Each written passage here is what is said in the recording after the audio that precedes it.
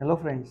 Recently दो investors को मिला था। उसमें से एक लेडी है जिसने खुद से 2.5 से 3 लाख रुपीज़ इन्वेस्ट किए थे डायरेक्ट स्टॉक्स में, जो डिस्काउंट ब्रोकर ऐप होती है जहाँ पे आपको फ्री ब्रोकरेज में आप इन्वेस्ट तो कर सकते हो।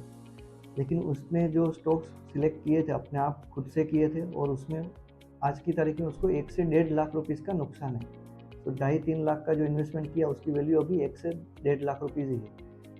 तो कोई चीज़ फ्री में नहीं मिलती है फ्रेंड्स। अगर आपने आपके हिसाब से कुछ भी लिया है, स्टॉक्स लिया है, उसका क्या फ्यूचर है, कैसे उसको लेना है, कब बेचना है, वो अगर आपको नहीं आता है, वो आपको नहीं पता चलता है कि कैसे करना है, तो आपका वो ब्रोकरेज भले फ्री हो, लेकिन आपने जो 1 लाख 1.5 लाख का जो नुकसान कर रहे हो, वो अल्टीमेटली तो एक फ़ीस ही दे रहे हो मार्केट को, वो अल्टीमेटली तो एक ब्रोकरेज ही भर रहे हो। तो बेटर टू आप कोई एक्सपर्ट के साथ इन्वेस्टमेंट करिए, वही बेटर ऑप्शंस रहते हैं।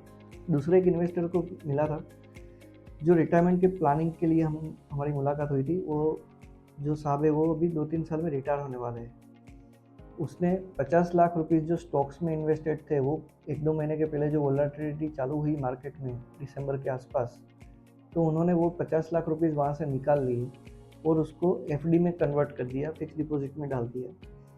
और उसके अलावा भी उसके पास बहुत अच्छा पोर्टफोलियो है, म्यूचुअल फंड में भी इन्वेस्टमेंट है। हमने उसको सजेस्ट किया था कि आप वो 50 लाख रुपीज़ जो है उसको आप अलग अलग डाइवर्सिफिकेशन करके हाइब्रिड कैटेगरी के म्यूचुअल फंड्स में डाल सकते हैं।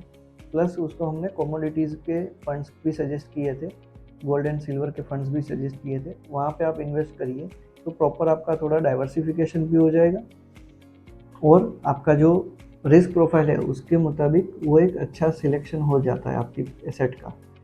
लेकिन उसने बताया कि अभी तो ट्रम्प आने वाले हैं, फिर बजट आएगा तो उसके बाद हम करेंगे। एक चीज़ हमें ये सोचनी चाहिए फ्रेंड्स कि अगर आप 10 साल तक इन्वेस्टमेंट करते हो, तो 10 साल के अंदर आपका 2 बार जनरल इलेक्शन होगा, 7-8 स्टेट्स में आप उसका स्टेट इलेक्शन, असेंबली इलेक्शन हो जाएगा, 1-2 कंट्री बैंकरप्ट हो जाएगी, 2-3 जगह पे वॉर हो जाएगा, और 10 साल में आप ऐसा मान के चलो 20 से 25 हज़ार एनएवी आएगी।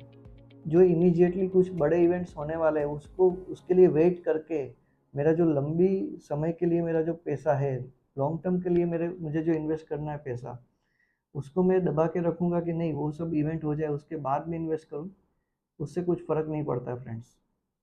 आपके पास जब पैसे है तब आपको इन्वेस्ट करना चाहिए, ना कि जब मार्केट को आप टाइम करोगे, वेट करोगे कि मार्केट करेक्ट होगा तब मैं इन्वेस्ट करूँगा, अभी मैं पैसा निकाल लेता हूँ बाद में इन्वेस्ट करूँगा। उस तरह से आप कभी नहीं कर पाएंगे। आपको वैसा ही सोचना पड़ेगा कि मेरे पास जब पैसा है तो मेरे रिस्क प्रोफाइल और मेरा जो गोल है, मेरी जो रिक्वायरमेंट है, उसके हिसाब से उसको ध्यान में रख के मैं मेरा इन्वेस्टमेंट करूँ। तीसरा फ्रेंड्स, अभी आज मुझे एक फ्रेंड का मैसेज आया कि क्रिप्टो में किसी ने बोला है कि 1 लाख रुपीज़ इन्वेस्ट कर दो, हर महीने 7-8% का गारंटीड रिटर्न मिलता है। फ्रेंड्स, अगर ऐसा होता तो इंडिया में गरीबी नहीं होती, सब गरीब अमीर बन जाते 1-1 लाख इन्वेस्ट करके। गवर्नमेंट भी क्यों इतना खर्चा करती गरीबी में से बाहर लाने के लिए। सबको ऐसे इन्वेस्ट करवा के वो नहीं कर सकते, लेकिन वो पॉसिबल नहीं है। ऐसे कोई भी स्कैम्स अभी वापस ट्रम्प प्रेसिडेंट ट्रम्प के आने के बाद अमेरिका में बिटकॉइन, क्रिप्टो उसकी वापस से चालू हुई है रैली।